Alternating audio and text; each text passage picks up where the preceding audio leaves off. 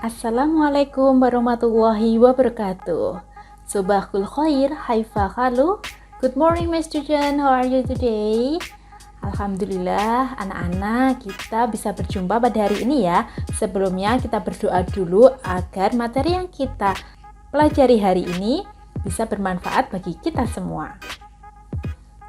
Anak-anak, pada materi hari ini kita akan belajar tematik subtema 1 muatan IPS mengenai mata pencaharian dan kegiatan ekonomi. Oke anak-anak, mata pencaharian. Kira-kira mata pencaharian itu apa sih? Mata pencaharian itu sama aja dengan pekerjaan ya, seperti pekerjaan ayah dan bunda kalian di rumah. Nah, sekarang mata pencaharian penduduk di Indonesia itu bergantung pada letak geografis. Coba pada tema sebelumnya ya, semester 1 kita sudah membahas letak geografis yang ada di Indonesia. Nah, coba sekarang kalian ingat letak geografis di Indonesia ada apa saja? Oke.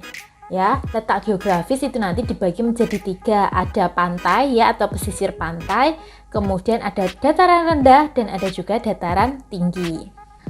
Pada pantai atau pesisir pantai banyak sekali masyarakat yang bermata pencaharian.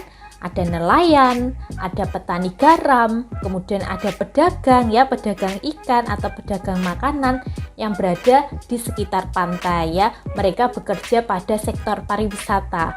Kemudian ada juga perajin. Selanjutnya ada di dataran rendah ya. Pada umumnya dataran rendah yang padat dengan pemukiman seperti kita saat ini itu bermata pencaharian tentang buruh, kemudian ada karyawan, ada juga pedagang, petani, dan paling banyak adalah di bidang industri.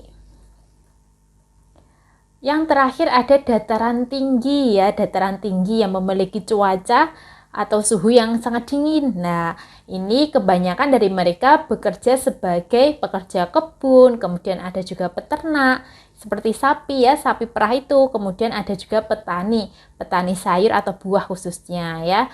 Next, nah selain pada letak geografis ya anak-anak, lah pekerjaan juga dibagi atas daerahnya, ada daerah desa dan daerah kota ya. Mereka memiliki mata pencaharian yang berbeda pula ya, seperti para penduduk desa lebih bermata pencaharian sebagai petani, peternak, pengrajin, sedangkan masyarakat yang kota itu lebih ke sektor jasa seperti karyawan, dokter, guru, pengacara, dan sebagainya. Selanjutnya kita ke materi kegiatan ekonomi. Nah, kegiatan ekonomi apa saja sih kegiatan ekonomi yang ada di sekitar kita? Kegiatan ekonomi di sini maksudnya adalah kegiatan yang dilakukan oleh manusia untuk mendapatkan suatu penghasilan, barang, atau jasa tertentu dengan tujuan untuk mencapai kesejahteraan hidup. Ada beberapa bagian dari kegiatan ekonomi ya, dari mulai barang dihasilkan sampai nanti masuk ke konsumen. Yang pertama itu ada tahapan produksi. Yang dimaksud adalah kegiatan untuk menghasilkan barang atau jasa. Ya, contohnya seperti ini, ada pengusaha tempe. Ini merupakan kegiatan produksi. Sedangkan orang yang melakukan kegiatan produksi itu disebut dengan produsen. Setelah tahap produksi selesai, kita lanjut ke tahap distribusi, yaitu kegiatan menyalurkan barang hasil produksi ke konsumen. Contohnya para pedagang ya, yang ada di pasar tradisional. Orang yang melakukan kegiatan distribusi ini dinamakan distributor. Selanjutnya yaitu kita masuk ke tahap konsumsi, yaitu kegiatan memakai barang atau hasil produksi. Nah, setelah kalian membeli tempe di pasar, kemudian kalian goreng dan kalian makan, ini merupakan kegiatan konsumsi. Nah, kalian sebagai masyarakat yang menikmati, inilah disebut dengan konsumen. Nah, lanjut. Dengan beragamnya kegiatan-kegiatan produksi, kemudian dengan keberagaman mata pencaharian yang ada di Indonesia, ini menimbulkan suatu keunikan di suatu daerah. Kenapa seperti itu? Nah, karena Indonesia memiliki beragam letak geografis, setiap letak geografisnya nanti akan memunculkan keunikannya sendiri. Ya, contoh, ini adalah lambang dari kota. Pinter sekali, ini adalah lambang dari kota Surabaya. Surabaya merupakan ibu kota Provinsi Jawa Timur ya. ibu kota di provinsi kita. Dia dilambangkan dengan hewan buaya dan ikan sura. Masih ingat kan ceritanya asal mula Surabaya? Nah, kota Surabaya ini juga dijuluki sebagai kota pahlawan. Dia mempunyai Tugu Pahlawan dan Museum Empu Tantular yang terkenal.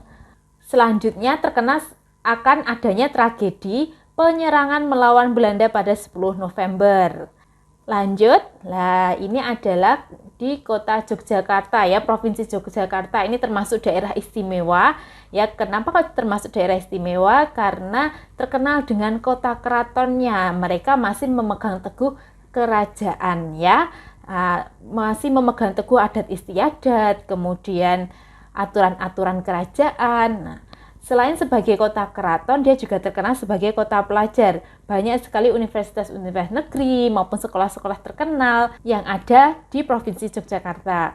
Selain itu, pariwisata terkenalnya juga ada Gunung Merapi dan Pantai Parangtritis. Selanjutnya adalah Kota Jakarta. Kota Jakarta merupakan ibu kota Indonesia ya. Di sini ikon pada kota ini adalah adanya Tugu Monas. Selain itu, di kota ini juga banyak sekali gedung pencakar langitnya. Pariwisata yang terkenal ada Museum Fathahillahnya, kemudian juga terkenal dengan budayanya, ondel-ondel, suku Betawinya, dan masih banyak lagi.